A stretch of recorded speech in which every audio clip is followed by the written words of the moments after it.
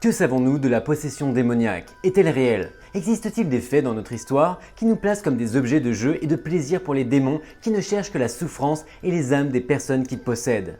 D'innombrables cas de ce type ont été documentés et l'un d'entre eux est le cas de Rolando. Selon les articles publiés par plusieurs journaux en 1949, 48 témoins ont assisté aux exorcismes de Rolando, dont le père Raymond J. Bishop, qui a écrit un journal détaillant le processus.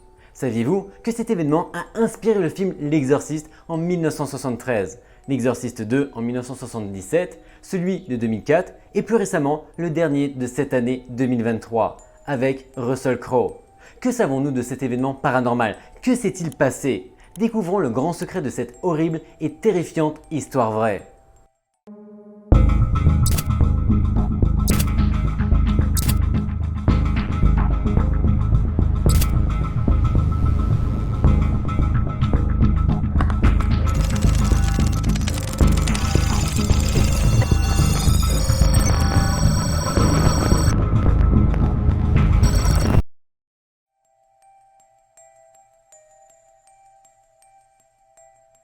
L'Exorciste, le célèbre film d'horreur de 1973 réalisé par William Friedkin qui raconte l'histoire de la possession démoniaque d'une jeune fille de 12 ans est sans aucun doute considéré comme le film le plus terrifiant de l'histoire. Ce que peu de gens savent, c'est que l'histoire, tirée du livre du même nom, est basée sur un cas réel de possession satanique qui a touché un adolescent de 14 ans dans les villes américaines du Maryland et du Missouri en 1949. L'histoire raconte que l'adolescent, à qui l'église catholique a ensuite donné le pseudonyme de Rolando pour protéger sa véritable identité, enfant unique d'une famille luthérienne allemande très stricte de Cottage City dans le Maryland, le garçon grandit isolé et avec peu d'amis. Les phénomènes étranges ont commencé en janvier 1949, dans la propre maison de Roland, lorsqu'un tableau représentant Jésus dans la chambre de sa grand-mère est apparu de travers et a bougé comme si quelqu'un tapait sur le mur derrière le tableau. Le tableau fut évidemment redressé, mais on entendait toujours un bruit de grattement derrière le mur, comme si une griffe grattait le bois. Les grattements ont continué pendant 11 jours, s'arrêtant par coïncidence le jour de la mort de sa tante Harriet, une tante spirit de Roland qui lui avait appris à utiliser la planche Ouija. À la mort de la femme, l'adolescent aurait tenté de la contacter par le biais de la fameuse table ésotérique. Mais cela a conduit au début du mal. À partir de ce moment, les problèmes allaient s'aggraver.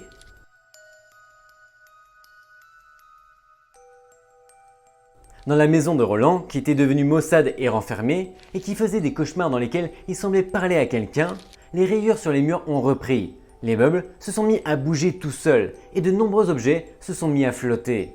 L'affaire est parvenue aux oreilles d'un prêtre local qui, stupéfait, a non seulement été témoin de ces phénomènes, mais a également vu le lit du garçon trembler de lui-même et plusieurs rayures en forme de lettres apparaître sur sa poitrine, comme si quelqu'un les avait tracées à l'intérieur à l'aide d'un couteau.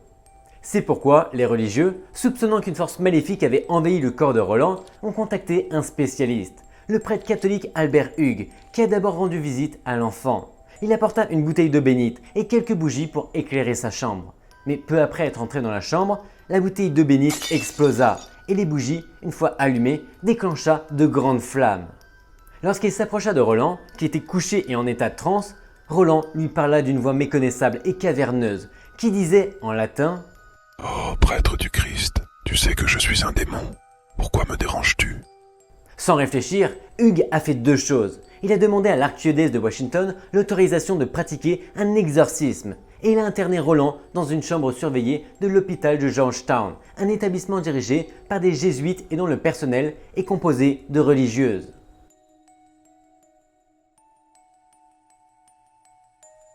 Roland, attaché à un lit, était allongé, les yeux fermés, apparemment calme. Mais lorsque Hugues entra dans la pièce, vêtu d'un bonnet noir et d'une étoile violette autour du cou et un goupillon d'eau bénite dans une main, Roland se réveilla violemment et de la même voix sombre qu'auparavant, lui ordonna d'enlever la croix qu'il portait.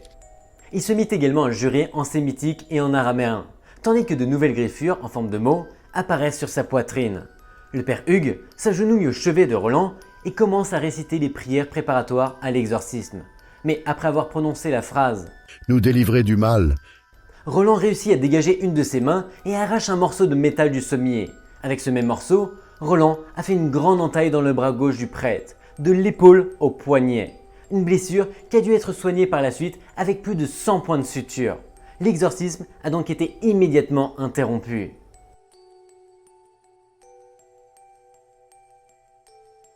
Plus tard, la famille de Roland décida de l'installer chez un parent à Saint-Louis, dans le Missouri. Là, il reçut la visite de deux personnes, le prêtre et professeur de théologie Raymond Bishop et le prêtre William S. Bowden, un homme considéré comme un saint parmi ceux qui l'ont connu.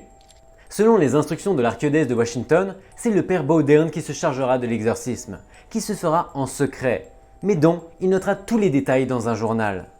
Le 10 mars 1949, l'évêque et le père Bowden s'entretiennent avec Roland et prient le rosaire avec lui.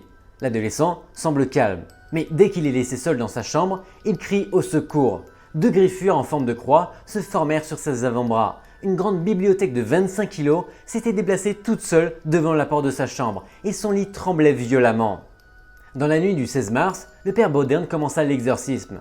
Après avoir aspergé d'eau bénite le lit, qui continuait à bouger, il commença à lire les prières du rituel. Lorsqu'il dit « Je t'ordonne, esprit impur, qui que tu sois, ainsi que tous tes associés qui ont pris possession de ce serviteur de Dieu, à travers les mystères de l'incarnation, de la passion, de la résurrection et de l'ascension de notre Seigneur, de me dire par un signe quelconque ton nom, le jour et l'heure de ton départ. » Après ces mots, des griffures ont traversé la gorge, les cuisses, le ventre, le dos et le visage de Roland. Le mot enfer est apparu sur sa poitrine et la lettre X et le mot Go ont été dessinés sur son pubis. Lors de la séance suivante, le prêtre a demandé au démon son nom et immédiatement, le mot dépit a été dessiné avec des griffures sur la poitrine de Roland. Au fur et à mesure que l'exorcisme progressait, l'état de Roland devenait de plus en plus violent et effrayant. Il parlait et criait d'une voix rauque, riait avec un ricanement diabolique, insultait les prêtres, maudissait le son des prières ou le nom de Jésus. Et dans les rares moments de calme, il projetait une aura sinistre que les exorcistes appellent le toucher de Satan.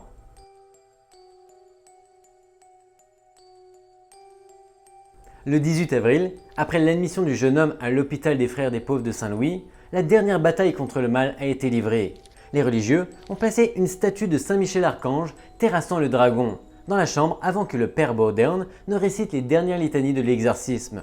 Quelques minutes plus tard, une nouvelle voix claire et profonde sortit de la bouche même de Roland. « Satan, Satan, Satan, je suis Saint Michel, et je t'ordonne, ainsi qu'aux autres esprits maléfiques, de quitter le corps au nom de Dominus, immédiatement, tout de suite, tout de suite, tout de suite. » Puis pendant plusieurs minutes, Roland se débat violemment en se livrant à de terribles contorsions.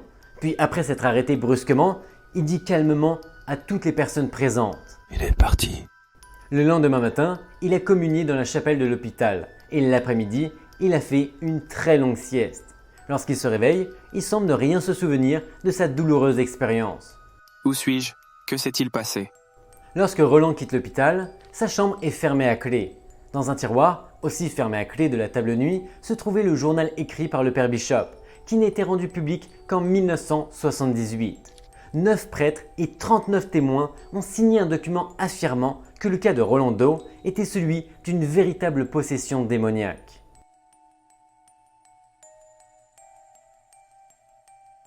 En août 1949, William Peter Blatty, jeune étudiant en littérature à l'université jésuite de Georgetown, lit l'article suivant dans le Washington Post. Un prêtre sauve un jeune homme des griffes du diable.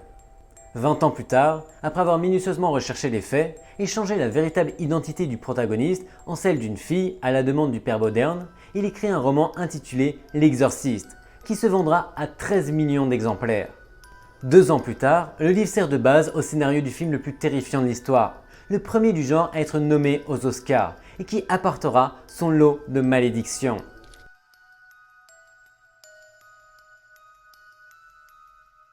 Oui, nous pouvons tous nous demander ce qui est arrivé à ce pauvre Roland Doe de son vivant. En fait, en décembre 2021, The Skeptical Inquirer et The Guardian, deux grands journaux, ont mené une enquête sur Roland Doe et ont découvert que son vrai nom était Ronald Edwin Unkeler, né le 1er juin 1935 et décédé le 10 mai 2020.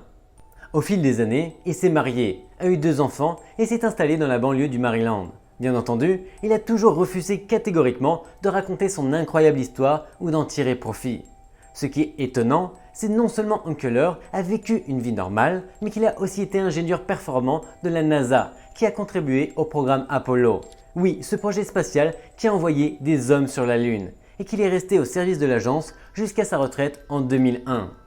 Selon certaines sources, jusqu'à sa mort en 2020 à l'âge de 86 ans, Ronald ne s'est jamais complètement débarrassé du stigmate d'être l'enfant de l'exorciste. En effet, certaines sources affirment qu'il quittait toujours sa maison le jour d'Halloween, de peur que quelqu'un ne vienne à sa porte pour tenter de révéler son identité au monde entier.